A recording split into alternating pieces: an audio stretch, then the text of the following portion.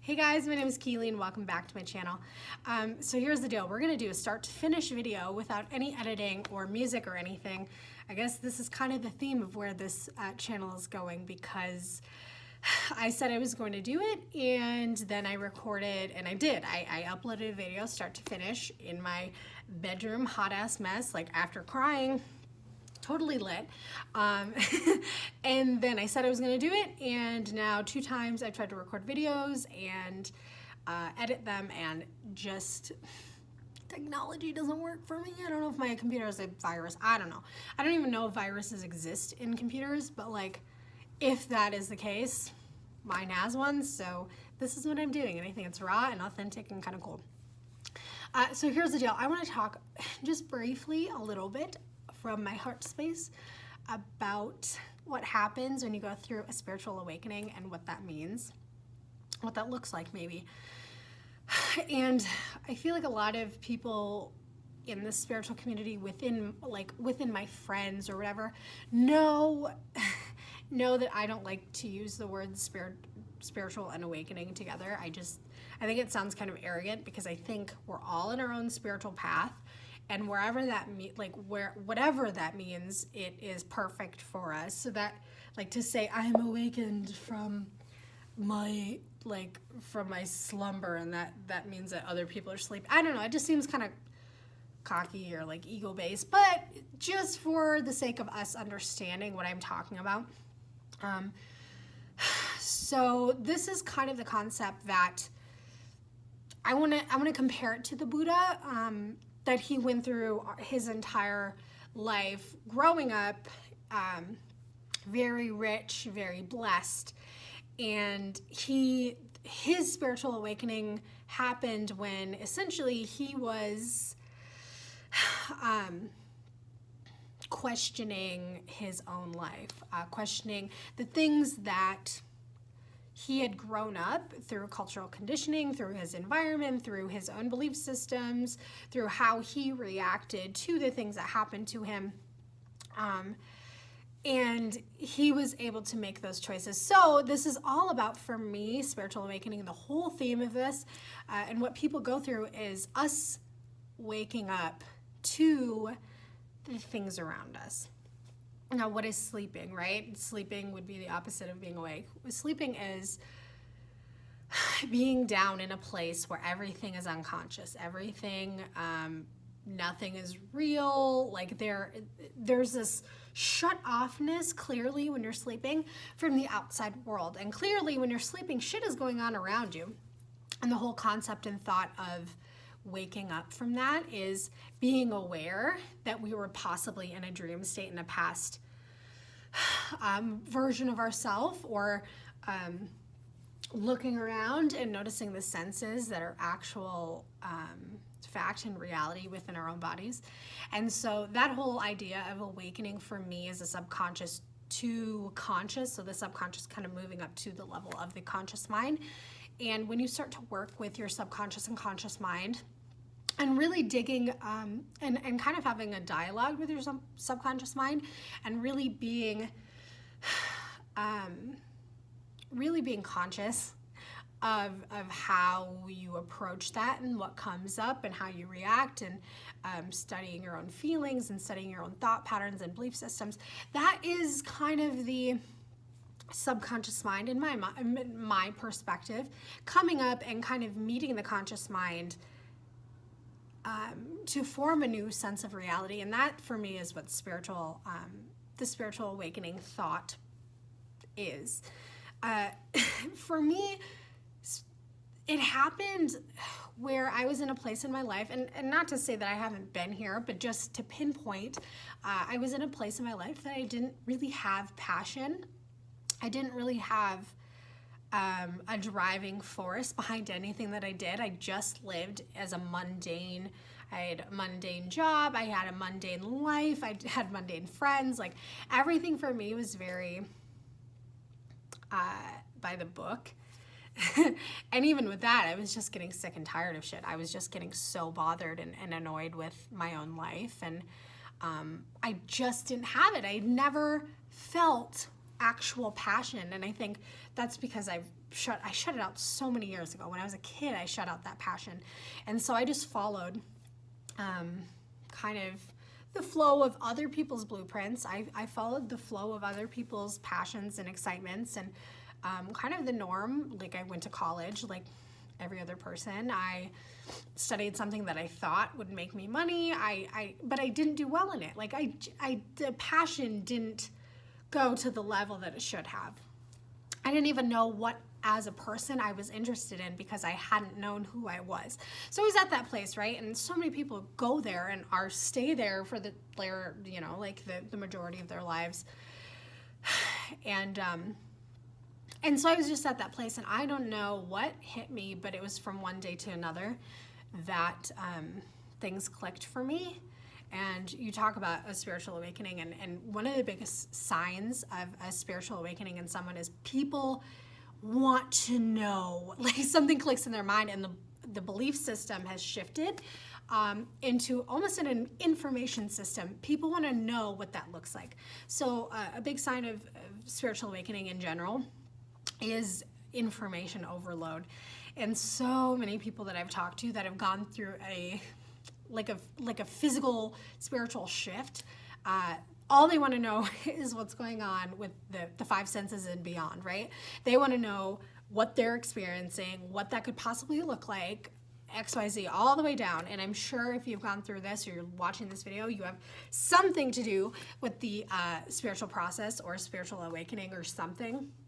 And so my suggestion for you is to, yes, gain knowledge and understand what the chakras are and what all the extrasensory abilities are and everything like that. However, I wouldn't dwell on that. You learn also a little bit farther into your stage or of your development that intuition comes naturally. And so there's almost like this, in spiritual awakening, there's almost like this information stage, right, where you like go all the way to the top with information constantly, 24/7, and then you almost have to like knock it all the way down to form that intuition. You have to knock all the information out of the way and say, this is not my expectation of myself. I really want to develop myself as a human. So whatever that looks like for me, that's how it's going to present itself. And so that's something that's extremely common. So you're going to want to get all the information, but just know that to tune into the intuition inside of you, it may not look like someone else. So you may be practicing a breathing technique or doing some form of yoga or doing something that has worked for people, but it just works for certain people. Everyone has their own body composition, has things that they're passionate about and excited, so that revs up different emotions in them. And so just pay attention to the knowledge that comes in, because it comes in different forms. Also, another thing that I recently got the download message thought of is that to tune into the spiritual awakening aspect of us, a lot of that comes from the five senses. So as above, so below. So the spiritual reflects the physical. And so this is where you come into play with like clairvoyance, clairaudience, claircognizance, all that stuff. And people like to look outside of themselves, to like outside of the normal, when really spirituality and the whole process of being almost out of that lotus, like that blooming stage of your spirituality where you're conscious of it, because you're always spiritually developing, like always. But that whole process comes within the five senses. So a lot of that comes in and you start to notice almost phenomena, but like not really, but sort of, but not, that occur within the five senses. So you become almost hypersensitive or hyper aware, or like for the first time aware of what happens in your digestive system. So I'm anxious, I'm feeling this, in reactions to certain foods. And I genuinely think that this is why so many people have gone vegan or like not eating meat or dairy or gluten-free or whatever, because people are starting to adjust to how their bodies specifically work. And yes, there is a trend aspect to this. However, I think people are really starting to try to understand how their body works, and that is extrasensory, right? We're not working from from a flight or fight type of mentality. We're working from a conscious standpoint to understand consciously what goes on with us. I have a very strong opinion about fads moving into something spiritual. So whether or not like being vegan or whatever is a fad, I'm personally vegan, but I don't have any like judgment on anyone that eats meat or anything like that. I just think people are tuning into what works for their bodies and experimenting with that, and I think that's a really, really big sign of spiritual awakening. Other senses include like the five senses, right? Touching. For me and my spiritual awakening, this was the biggest sense, because this is the sense that I'm pretty even keeled now, but I worked mostly by feeling, and so my physical body would react. I would get, this sounds weird, but I didn't know how to channel the energy in my body, so I'd get burns on my body when I would channel energy from different places, or tingling, or a big thing with also feeling is people get in touch with their bodies more. So this is what you're starting to see more and more, fitness, inspiration type of things becoming really, really popular, because people are really wanting to get rid of that fat that blocks them from being able to sense other things outside of themselves. This was a big thing for me, you guys. I'm not even like just talking shit. Like, this was a huge one for me, where I always knew that I was an athlete, but I never allowed myself to get to my full potential. And now I'm a fitness instructor. See how that pendulum swung, right? And on top of that, you have touching. So people being aware and conscious of the people that they get intimate with, and knowing how to touch people and how to show affection and nurturing. There's just this shift when you get to that place where you want to, you're physically taking on, and energetically taking on energy, I guess, of the other person, whether it is intimate or more in a nurturing standpoint, or maybe just casual, just talking or whatever. Understanding that touch is so important, and showing other people that you care. And there's almost like this also shift in, and I know this happened with me, where I was so closed off from hugging people or touching people or whatever, and I just realized that it was part of my spiritual development, where I had to let people in, and so touch was a huge one. Also, like I said, you can really tune into your intuition through feeling and touching as well. Tapping parts of the body. I mean, there are all sorts of things to kind of engage that energy, but physical is physical, so whatever. Also with sight, this is a big one with the pineal gland.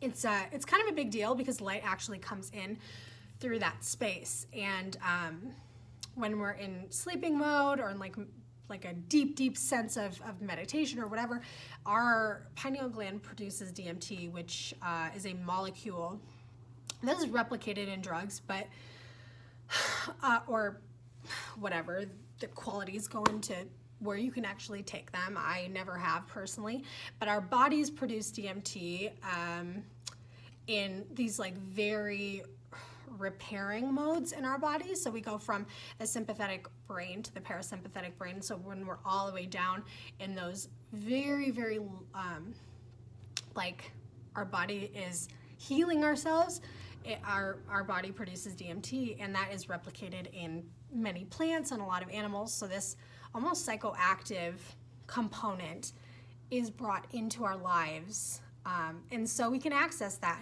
and when we do get into a spiritual awakening, that that energy revs up, I'm telling you. And the more that you meditate, the more that you sleep, and really, really become conscious and have almost a relationship between you and those states. Like I said, the subconscious mind tends to want to move up, so like all the shit will come up. And when the subconscious mind decides to come up, you can get almost conscious access to that kind of mindset, that kind of, not even mindset, that kind of place that you're at, that DMT mindset, mindset. Yeah, so some of the things that happen when you're in the sight aspect is you literally can see the color spectrum, but like not normal. Like you can see, like for me, I would see flashes of light. I would see like rainbows in random places. It's just like the whole concept and thought of auras, that becomes, and it's not even a concept, that's literally our body's energies emitting out. So you do start to tune into that kind of energy, and with practice you can end up seeing them. It's just us closing down the parameters of thought that we have been raised to believe in. Like if you think about the color spectrum, right, you've got this like range of like red to purple or whatever, red to indigo, color spectrum that we can see. Well, there are colors that apparently we can't see, which are outside of the color spectrum. That color spectrum reflects our physical body. And although science has proved that there are other colors, there's potential for other colors to be outside of the spectrum, we don't physically see it. So that kind of works alongside with whatever the extrasensory abilities inside of us, right? We have this color spectrum that is our bodies that literally reflects 80,000 chakras in the body, right? But we also have chakras outside of our bodies that coincide with the energetic systems that are outside of our bodies. But within that color spectrum of our bodies, we can see the colors that are here with coming outside of our bodies. It's not like we don't have those, it's just that we can't consciously see them. So that's an interesting thought. Also, more in a spiritual awakening, more vivid dreaming and more literal dreaming. And literal dreaming for me is literal messages in dreaming. So, for instance, I had, last week I had a Reiki session, and I'm a Reiki master teacher, and this is someone that is just reintroducing herself to her spiritual potential, right? Today she messaged me and said that she had yesterday, she said that she had a literal dream telling her to stop using a diffuser. Holy fuck, like someone in the dream said, stop using a diffuser in your real life. And she talked to me about it, and I don't use diffusers because I have my own personal opinions about them. And so I was like, well, just follow the advice, like follow it. And so that dream for her, because she's waking up to the energy inside of her and outside of her and within her and outside, as above, so below, right? So this whole, sorry, babe, this whole thing inside of her and outside of her, she's allowing the energy to come into her being. Now, I know someone else that's very close to me, and this person had a traumatic event when this person was younger, and they don't dream at all, really. And that's because they blocked off what could come in their subconscious mind. And this was based off of a traumatic event. So they stopped dreaming when they had a traumatic event. And so everything subconscious that is trying to arise, well, God forbid, if I dream about this, I dream about anything, I might dream about this, right? That subconscious mind is trying to get up, but because our bodies literally try to keep us safe, in that person's mind, if they were to dream, that is a potential for danger, because they may experience something emotionally that they didn't want to experience. So it's just on the flip side of that, us allowing whatever it is that arises in our subconscious mind, whether it's thoughts, beliefs, or emotions, that stuff starts to come up. So we get very, very literal advice. And same thing goes with like daydreams or thoughts. We start to notice our thoughts manifesting really, really quickly, or us going into almost like a dream state, like a hypnotic state of us wanting something, and then all of a sudden it comes. So this whole process with the spiritual awakening is us moving up frequency-wise, but also our subconscious mind comes up too, so we can get rid of that stuff. So we get we're more in the zone of allowing, so that subconscious mind feels more safe and saying, okay, well, they can handle it. They're okay with this. So I'm gonna rise this up, challenge this person, and you're willing to, like, if you're willing to acknowledge that, that's one thing. You have the freedom of choice, right? Other things that happen, you start to lose your friends. You start to lose the people around you, which is such a shitty part of spiritual awakenings, right? Or not. I mean, if you're willing to, but a big thing with this is use discernment, because you may experience things that other people don't feel comfortable with. Don't go around just telling fucking everyone about everything that's going on. Feel in your gut. Feel that moment when you're talking to someone and you almost want to say something to them about something, and then your body goes, oh, I don't really want. Like, listen to that, I promise, because otherwise you're going to get burned and you're going to learn the hard way. And if that's the case, and that's fine, but you have the wisdom to understand that not everyone can be on the same frequency as you. Not everyone can take in the information that you're taking in. Also, in a spiritual awakening, you may, your belief systems will shift and change, and my advice to you is to just be compassionate of yourself in that moment, in those moments, to know, like, to don't feel guilt about who you were or what you did. Who you are or what you did, because you're shifting for a reason. You learn the things you learned for a reason. Like, the things that have been presented or you have attracted into your life, it's because you need to get over that hurdle. You need to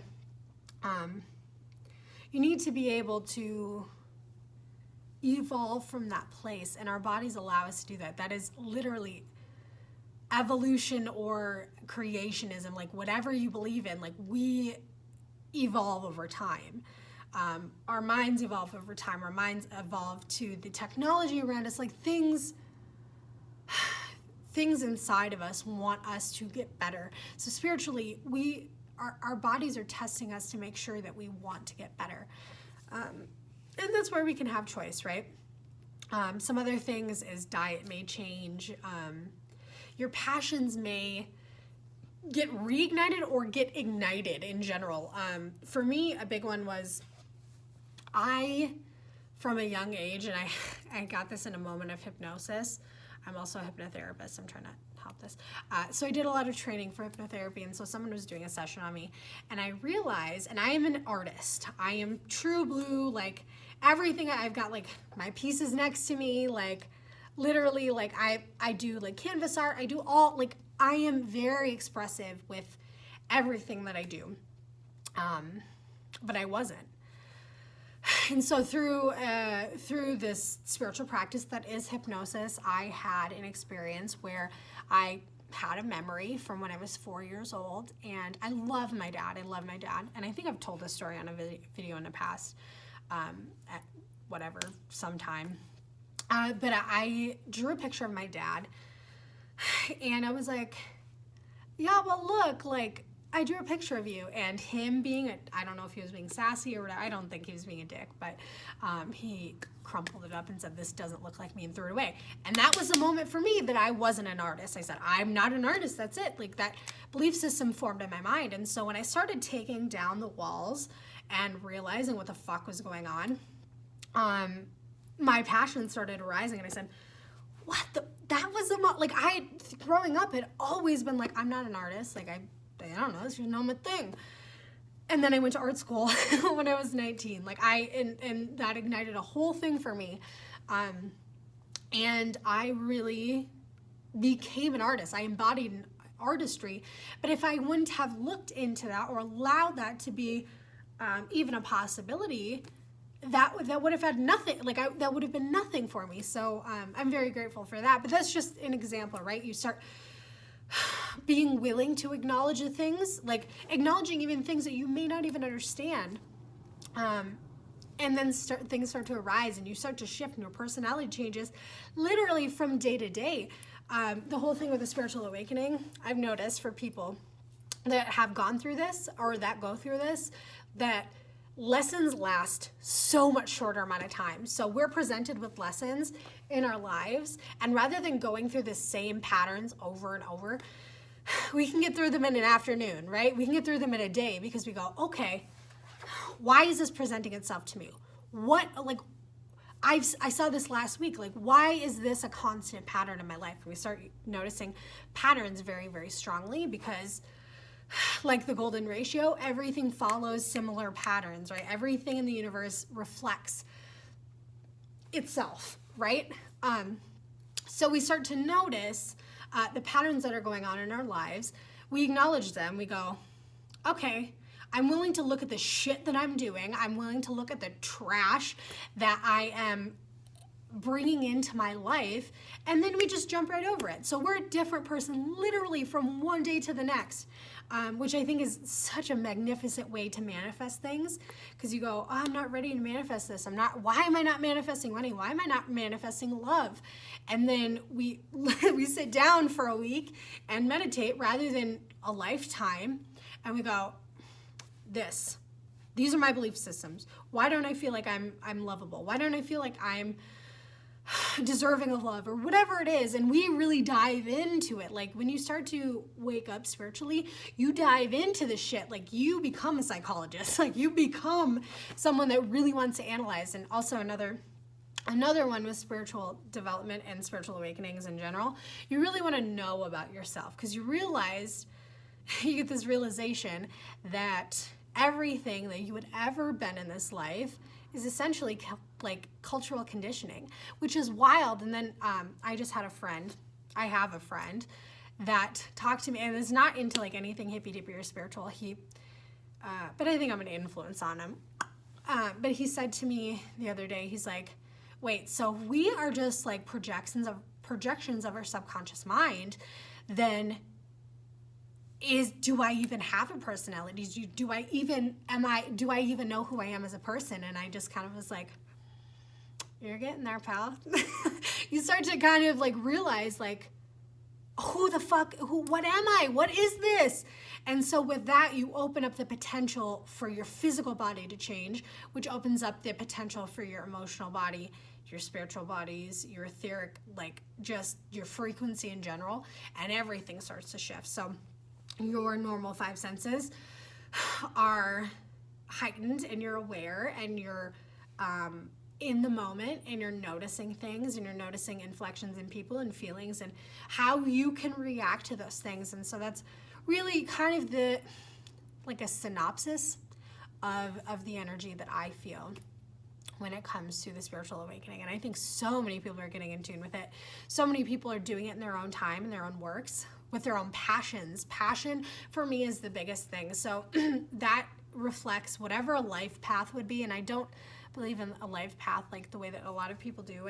I believe it's almost entirely based off of the passion inside of us in the moment. So following your joy. I don't remember who talks about that a lot, or did. I think he passed. Fuck. Either way, it's all about following whatever makes you excited. And then when you start to take off those layers, you realize, oh shit, I'm more excited about this. I'm really excited about this. And you follow that, because that level of fear, that level of uncertainty is kind of out the window, because you've already been through hell. You've already been through looking at your shit, and you go, I fucking know what uncertainty feels like. I know what fucking being scared and living in fear has done for me. I might as well fucking dive in and allow myself to experience and allow myself to connect to what's outside of us.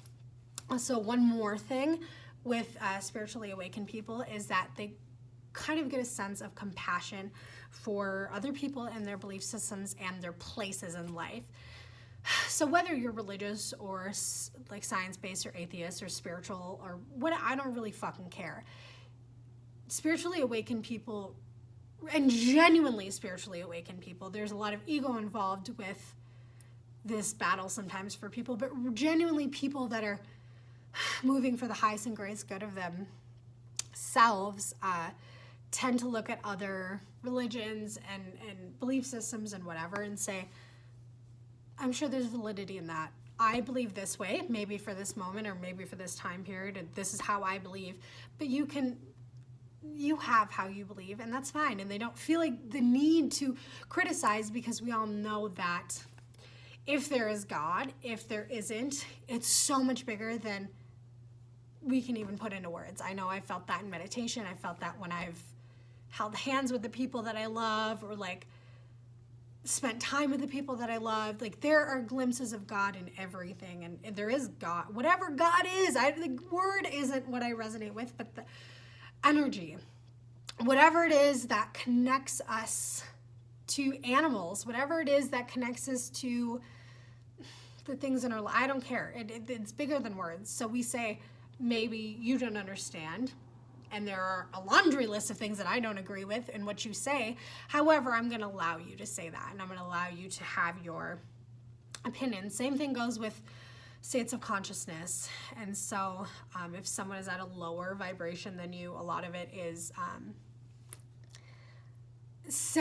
you approach it with a sense of compassion and love. But yeah, that's it. I love you guys. I thought I would just talk, so this just talking. Also, I brought, I'm so gross.